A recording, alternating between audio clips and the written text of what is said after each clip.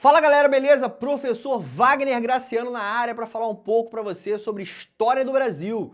É isso aí, história do Brasil, e hoje a gente vai partir do primeiro ponto que é cobrado no edital da Escola de Sargento das Armas, o concurso da ESA, beleza? Que ponto é esse? Expansão marítima e comercial europeia, também conhecida como as grandes navegações. Legal? Então vamos começar pelo conceito, né? Ora, o que é expansão? O que é expandir? Ora, expandir, quando a gente fala de expansão ou expandir, a gente tem que falar sobre crescimento, né? Então, esse ponto fala sobre um determinado crescimento, uma determinada expansão. Mas espera aí, crescimento do quê? Ora, para eu expandir, eu já tenho que ter alguma coisa para expandir, porque eu não posso expandir o nada, né? E o próprio assunto da aula já vai nos falar sobre o que vai crescer. Ora, vai crescer as atividades marítimas e comerciais. Espera aí, atividades marítimas existem e essas atividades vão experimentar um crescimento. Atividades comerciais existem e essas atividades vão experimentar um crescimento. Espera aí, atividade marítima envolve navegadores? Bom, então, esses caras vão se desenvolver. Atividades marítimas envolve embarcações, barcos? Sim, então esses também vão se desenvolver. Atividades marítimas envolve cartas náuticas, mapas de navegação? Sim, então esses também vão se desenvolver. Ou seja, as navegações vão começar a experimentar um determinado crescimento, mas não só as navegações. As atividades comerciais também vão começar a obter um crescimento, uma expansão. Mas o assunto diz aonde que isso tudo vai estar acontecendo. Se liga só, na Europa. Olha só, galera, na Europa tem navegação, na Europa tem comércio. E diz a história que em um determinado momento essa navegação e esse comércio vão começar a experimentar um avanço, um crescimento das atividades marítimas e comerciais na Europa. Agora, quando que vai ocorrer esse crescimento? Ora, navegação e comércio na Europa não é novidade para ninguém. Sempre aconteceram as relações entre povos, grupos, né, cidades, países, isso sempre ocorreu. E muitas vezes essa relação ocorria através de navegação, ligando um ponto a outro, né, da Europa. Agora, em qual momento da história as navegações e o comércio começam a se desenvolver? A partir do século XV e até o século XVI, essas atividades vão se desenvolvendo, crescendo, até alcançar, né, um patamar bem alto de desenvolvimento. Atividades marítimas e comerciais na Europa vão começar a se desenvolver entre os séculos XV e século XVI. Wagner, babou, pegou, filho. Eu nunca consegui entender esse papo de século. Na escola, meu professor entrava na sala de aula, hoje nós vamos falar sobre o século XIX, galera, pega o livro aí, e nós vamos falar sobre o século XIX, porque no século XIX aconteceu isso, aquilo, outro. O cara estava terminando o século XIX, estava tentando entender o que era século XIX. Ei, para tudo, acaba com isso. Vamos colocar esse trauma de lado e vamos resolver isso hoje. Ora, todas as vezes que você quiser descobrir o ano de um século, você pega o século e diminui ele por 1. Pronto, você vai achar o ano. Quer ver como é que funciona isso? Vamos lá. Vamos aqui.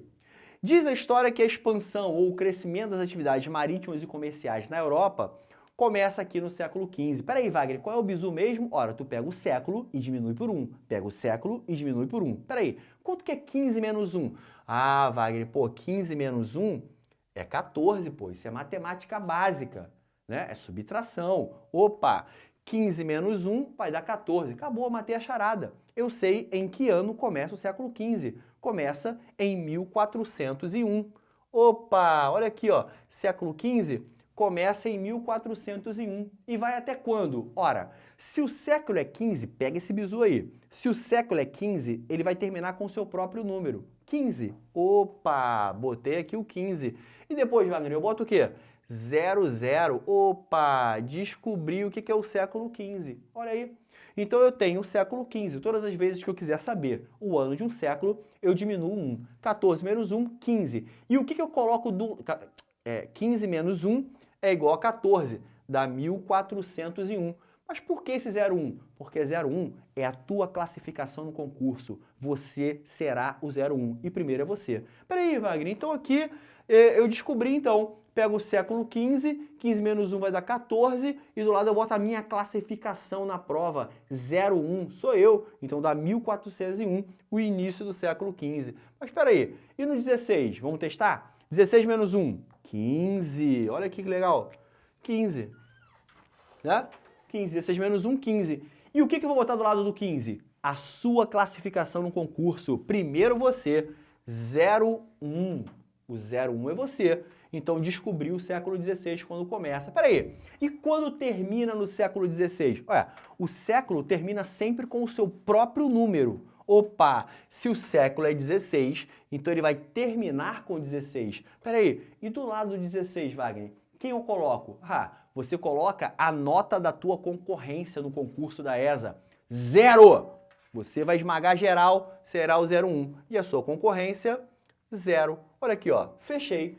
Século XVI começa em 1501 e vai até 1600. Beleza, galera? Pegou esse bizu aí? Então, o que diz a história? Diz a história que no século XV e século XVI ocorreu esse evento na história conhecido como a expansão marítima e comercial europeia. Beleza? Agora, tem como a gente falar sobre expansão sem entender como funcionava o comércio e a navegação da Europa? Não, não tem como. Porque você não tem como expandir o nada. Para você expandir, você tem que ter alguma coisa. E quando a história diz que houve uma expansão marítima e comercial, eu preciso entender como funcionava a navegação, como funcionava o comércio antes da expansão marítima. Como que isso vai acontecer? Como que alguns países começam a se mobilizar para fazer avançar as suas técnicas de navegação e também buscando novos mercados? Vem comigo. O que diz a história? Como funcionava o comércio e a navegação na Europa até o século XV? Bom, até o século XV, diz a história, que o mercado europeu já funcionava. Várias regiões da Europa se interligavam através de rotas comerciais. Uma região produzia um produto, a outra região produzia outro produto, sejam produtos agrícolas, sejam manufaturas, manufaturas, produtos produzidos de forma manual, manufaturas. Então os europeus produziam suas manufaturas, os europeus produziam os seus produtos agrícolas e essas atividades, elas se encontravam em determinadas regiões da Europa, conhecido como feiras, né, de troca, de comércio, enfim, através dessas rotas que interligavam várias regiões da Europa. Então os europeus já produziam os seus próprios produtos e se relacionavam através dessas rotas e desses pontos de comércio. Esses que se relacionavam através do comércio na Europa até o século XV, com o passar do tempo, passaram a ser chamados de burgueses, ou a burguesia. A burguesia eram homens que eram dados às atividades comerciais lá no continente europeu. Bom, essa atividade já existia até o século XV. Os europeus já produziam e comercializavam os seus produtos. Só que diz a história que existiam produtos que partiam dessa região aqui, ó, do Oriente, de regiões como a Índia, a China, Japão e outras regiões aqui do Oriente. Eram chamados produtos orientais. Peraí, que produtos orientais eram esses, Wagner? Fala para mim. Ora, eram os conhecidos especiarias e os chamados artigos de luxo. Espera aí, o que eram as especiarias e os artigos de luxo? Ora, especiaria é o que você conhece hoje como condimento, tempero, o cravo, a canela, a noz moscada.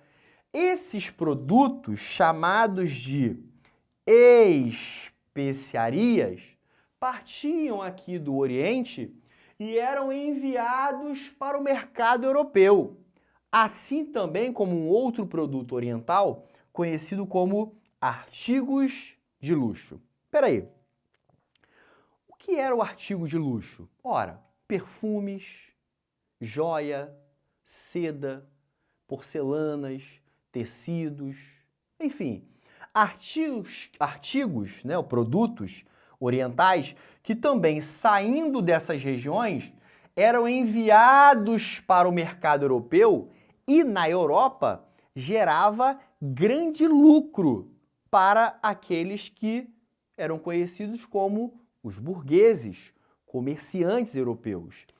Dos produtos comercializados na Europa, as especiarias e artigos de luxo eram aqueles que estavam entre os que davam mais lucro, ou seja, os burgueses europeus esperavam ansiosos a chegada das especiarias e artigos de luxo para se lançarem ao comércio e obter os seus grandes lucros. Só que aí tem um detalhe. Como que esses produtos faziam para abastecer o mercado europeu? Diz a história que existiam alguns portos de onde esses produtos saíam para abastecer o mercado europeu. Como, por exemplo, esses produtos saíam daqui, dessas regiões orientais, e eram enviados através de rotas, caminhos, até a esses portos. Por exemplo, eu posso citar o porto de Alexandria, aqui no Egito, ó. Ok? Aqui no Egito. Nordeste da África. Aqui, no porto de Alexandria, partiam especiarias e artigos de luxo para o mercado europeu, para abastecer a Europa. Esses produtos saíam daqui, vinham para o porto de Alexandria e daqui ligava-se ao mercado europeu. Um outro porto é o porto de Trípoli, aqui, ó, nessa região oriental, ok? Daqui também, esses produtos partiam para abastecer o mercado europeu. Só que a história trata de um determinado porto muito, mas muito importante dentro dessa dinâmica e que teve grande destaque no abastecimento do mercado europeu das especiarias e artigos de luxo. Um porto de onde partia grande quantidades de especiarias e artigos de luxo para abastecer a Europa. E esse porto que recebia esses produtos, né, as especiarias e artigos de luxo produzidos no mercado europeu, era o chamado Porto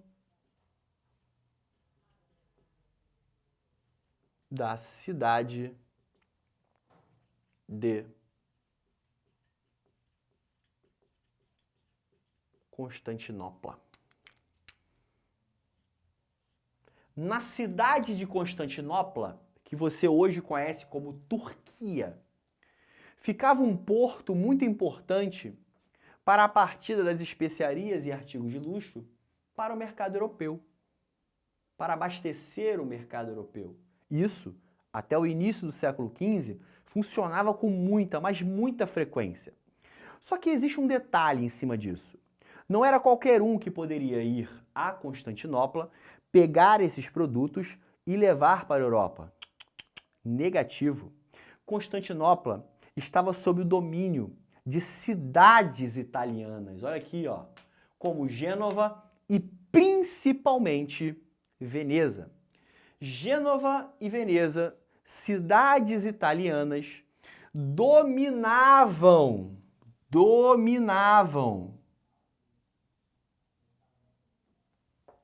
o envio das especiarias e artigos de luxo para o mercado europeu. Eles pegavam esses produtos, especiarias e artigos de luxo e levavam para a Europa. Ah, mas espera aí. Outros burgueses de outras regiões não podiam fazer isso? Não, porque aqui havia um domínio. Havia um monopólio. As cidades italianas de Gênova e Veneza exerciam um domínio, exerciam um monopólio sobre Constantinopla. Então, somente eles poderiam pegar esses produtos e daqui de Constantinopla abastecer o mercado europeu.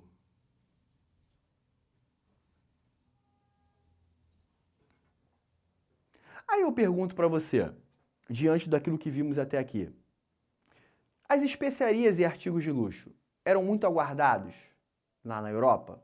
Esses produtos, especiarias e artigos de luxo, tinham grande aceitação no mercado europeu e davam grandes lucros para os comerciantes locais? Sim. Agora, peraí. Se somente Gênova e Veneza têm aquilo que todos queriam na Europa, eu faço uma pergunta para você. Será que eles iam vender barato ou caro? 3 segundos para você. 1, 2, 3. Exatamente. Muito caro. Gênova e Veneza, por dominar essa dinâmica de abastecimento das especiarias e artigos de luxo, por deter esse monopólio das especiarias e artigos de luxo, vendiam muito, mas muito caro. Daí essa dinâmica de domínio de Gênova e Veneza sobre Constantinopla recebeu até um nome, que de repente pode até cair no seu concurso. Que nome se dá a esse domínio de Gênova e Veneza do abastecimento para o mercado europeu? Inclusive isso caiu na prova da ESA, caiu uma questão muito interessante dessa na prova da ESA, certa vez, há um tempo atrás. A ESA perguntou assim, ó, o monopólio das especiarias e artigos de luxo para o mercado europeu no início do século XV era exercido por... Opa, peraí. Quem exercia o domínio do envio das especiarias e artigos de luxo? Gabarito? Genoveses e venezianos. Espera aí, quem são os genoveses? Os burgueses de Gênova. Quem são os venezianos? Os burgueses de Veneza. Então, os genoveses e venezianos exerciam um monopólio, o domínio do envio das especiarias e artigos de luxo. No concurso de vocês, pode cair assim. Ora, como ficou conhecido o domínio de Gênova e Veneza do abastecimento das especiarias e artigos de luxo para o mercado europeu no início do século XV? Isso tinha um nome, ganhou um nome ao longo da história. Ora, vem comigo aqui para você entender. Para abastecer a Europa, genoveses e venezianos tinham que navegar, olha só, hein? Isso aqui é navegação, ó o barquinho aí, ó. Isso é navegação. Para sair daqui de Constantinopla e abastecer o mercado europeu, genoveses e venezianos tinham que usar as navegações. Espera aí. E eles navegavam por onde? Ora, simples, você sabe disso, né? É geografia. Qual é o mar que fica entre a África e a Europa? Olha só, o mar que fica entre a Europa e a África era navegado por genoveses e venezianos e utilizado para abastecer. Esse era o mar Mediterrâneo. Olha só, o mar Mediterrâneo, galera. Era o mar utilizado para abastecer o mercado europeu com especiarias e artigos de luxo através de genoveses e venezianos. Pegou? Aí, ó, tá ligado. Vem comigo. Então, olha só o que vai acontecer aqui. Essa dinâmica, esse domínio, esse abastecimento dos genoveses e venezianos do mercado europeu com especiarias e artigos de luxo entrou para a história conhecido como o monopólio do mar Mediterrâneo. Monopólio do mar Mediterrâneo. Aí tu chega na tua prova, se depara com essa questão. Qual questão, Wagner? Olha só. Quem exercia, no início do século XV, o chamado monopólio do mar Mediterrâneo? Opa!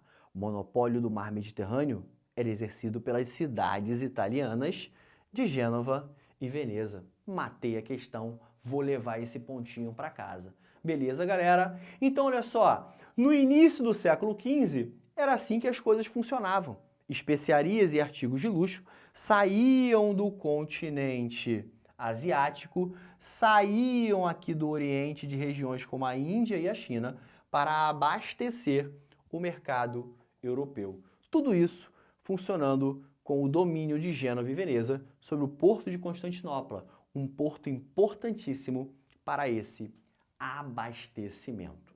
Bom, mas Gênova e Veneza vendia muito caro, muito caro. E aí, a burguesia europeia, desligada de Gênova e Veneza, pensou o seguinte: ora, esses caras cobram muito caro. Se nós conseguirmos encontrar um caminho alternativo, um caminho que não passe pelo Mediterrâneo, para que nós possamos ter acesso às especiarias e artigos de luxo, os nossos lucros vão aumentar. Nós vamos comprar mais barato, nós vamos conseguir vender esses produtos e obter lucros ainda maiores. Será que a gente não consegue chegar ao Oriente? Será que a gente não consegue chegar às regiões produtoras de especiarias e artigos de luxo? Será que a gente não consegue cortar o atravessador?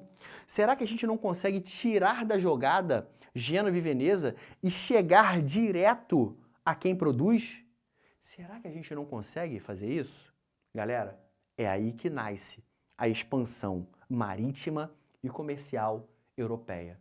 Quando nasce a expansão marítima e comercial europeia? No início do século XV, países europeus, querendo sair da mão de Gênova e Veneza, querendo deixar de pagar muito caro em seus produtos, especiarias e artigos de luxo, começam a buscar novos caminhos para se chegar aqui. Mas como a navegação da época era muito focada nessa questão do mar Mediterrâneo, navegar por outros mares exigia o quê? Exigia um avanço nas técnicas de navegação. Começaram aí estudos. Para quê?